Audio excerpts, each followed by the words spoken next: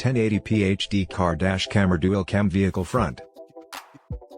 A 1080p HD car dash camera with dual cameras, front and rear, is a device that can be mounted on a car's windshield or dashboard to record video footage of the road ahead and the interior of the car.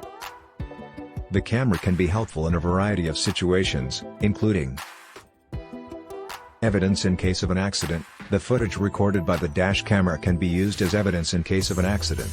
It can provide objective information about what happened and can be used to settle insurance claims.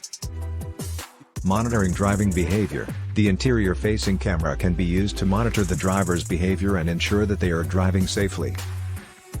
Protecting against false insurance claims. The dash camera can provide evidence to disprove false insurance claims made against the driver. Recording scenic routes. The dash camera can be used to capture scenic routes and memorable trips.